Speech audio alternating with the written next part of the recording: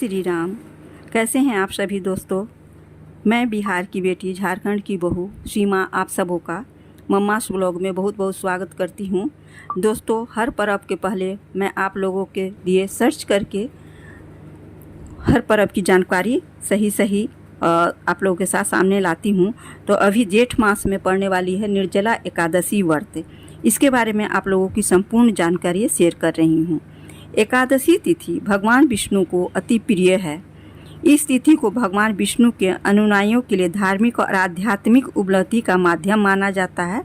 धार्मिक मान्यता के अनुसार सभी एकादशियों में श्रेष्ठ एवं अच्छा फल प्रदान करने वाली ज्येष्ठ माह के शुक्ल पक्ष की निर्जला या भीमसेनी एकादशी बहुत ही महत्वपूर्ण मानी गई है। इस व्रत में पानी पीना वर्जित माना गया है, इसलिए निर्जला एकादशी कहते हैं। ज्येष्ठ माह के शुक्ल पक्ष की एकादशी तिथि 17 जून सुबह 4:43 पर शुरू हो रही है। इसका समापन 18 जून सुबह 6:24 पर होगा। उदया तिथि के अनुसार 18 जून 2024 को निर्जला एकादशी व्रत रखा जाएगा। आइए इसके बारे में संपूर्ण जानकारियाँ आप लोगों के साथ शेयर करती हूँ। सनातन धर्म में एकादशी के दिन जगत के पालनहार भगवान विष्णु और माँ लक्ष्मी की विशेष पूजा अर्चना की जाती है।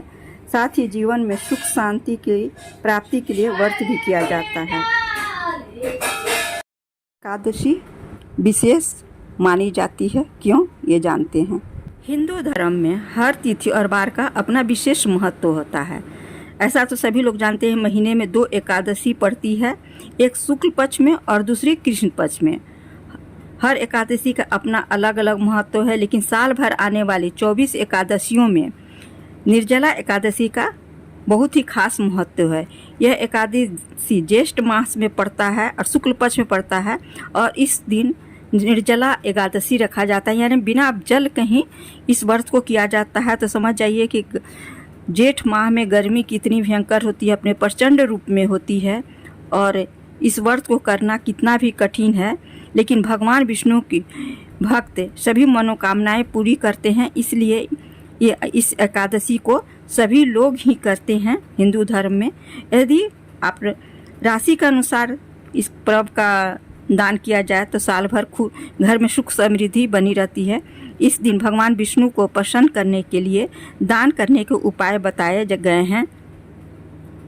सबसे पहले तो जान लेते हैं निर्जला एकादशी के दिन कौन सा उपाय करने से हमारे लिए सभी मनोकामनाएं हमारी पूर्ण होंगी। हमारा जो व्रत है इतना हमारे लिए पुण्यदायी और फलदायी होगा।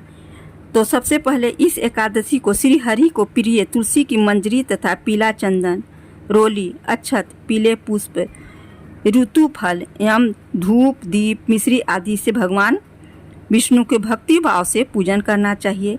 इस दिन तुलसी का पत्र नहीं तोड़ना चाहिए। शास्त्रों में ऐसा करना वर्जित माना गया है, इसलिए एकादशी के पहले ही इसे तोड़ के रख लीजिए। वैसे तो इस व्रत में एकादशी के सूर्योदय से द्वादशी तिथि के सूर्योदय तक निर्जल रहकर व्रत करने का विधान है, पर जो लोग कमजोर या बीमार रहते हैं वो जल पीकर और एक बार फलाहार करके भी इस एकादशी व्रत को कर सकते हैं। एकादशी के दिन गीता पाठ, विष्णु सहस्त्र नाम का पाठ, ओम नमो भगवते वासुदेवाय का जाप करने से प्राणी पाप मुक्त, कर्ज मुक्त और विष्णु जी की विशेष कृपा पाता है।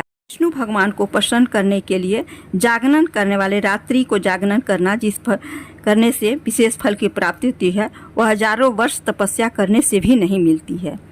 व्रत की सिद्धि के लिए भगवान विष्णु के समक्ष घी का अखंड दीपक जलाएं एवं दीपदान करना बहुत ही शुभ माना गया है। भगवान विष्णु को प्रसन्न करने के लिए इस दिन आसमान के नीचे सायंकाल घरों, मंदिरों, पीपल के वृक्षों तथा तुलसी के पौधों के पास दीप प्रज्वलित करना चाहिए। गंगा आदि पवित्र नदियों में स्नान करना चाहिए। यह व्रत ज्येष्ठ माह में पड़ने के कारण इस दिन गर्मी से राहत देने वाली शीतल वस्तुओं का दान करना चाहिए। इस दिन गौदान, वस्त्रदान, छत्र, जूता, फल आदि का दान करना बहुत ही लाभकारी माना गया है। ये सब हमारे धर्म शास्त्रों में, ज्योतिष शास्त्रों के अनुसार ये सब कार्य बताए गए हैं। इस दिन साधक को बिना जल पिए जरूरतमंद व्यक्ति या किसी श्रेष्ठ ब्राह्मण को शुद्ध पानी से भरा घड़ा दान करने से प्राणी को परम गति प्राप्त होती है। जल से भरा हुआ घड़ा आप मंदिर में भी दान कर सकते हैं। इसका नाम भीमसेनी एकादशी क्यों पड़ा, इसकी कथा भी जान लेते हैं। एक बार बहुभोजी भीमसेन ने व्यास जी के मुख से प्रत्येक एकादशी को निराहार रहने के नियम सुनकर विनम्र भाव से निवेदन किया कि महाराज, मुझसे कोई व्रत नहीं किया जाता, दिन भर बड़ी तीव्र क्षुद्रा बनी रहती है, अतः आप कोई ऐसा उपाय बताएं दीजिए जिसके प्रभाव से सदगति हो जाए। तब व्यास जी ने कहा, तुमसे वर्ष भर की संपूर्ण एकादशी नहीं हो सकती तो केवल एक निर्जला एकादशी कर लो। इस एकादशी से साल भर की एकादशी करने का समान फल प्राप्त होता है। तब भीम ने ऐसा ही किया और स्वर्ग के लिए गए। इसलिए यह एकादशी भीमसेनी एकादशी के नाम से भी जानी जाती है। दोस्तों, यदि आप लोगों को मेरा ब्लॉग अच्छा लगता है तो प्लीज़ लाइक, शेयर और सब्सक्राइब अवश्य कीजिएगा। जितना हो सके अपने दोस्तों में, रिश्तेदारों में से ज़्यादा शेयर कीजिए। धन्यवाद। फिर मिलती हूँ एक नई जानकारी।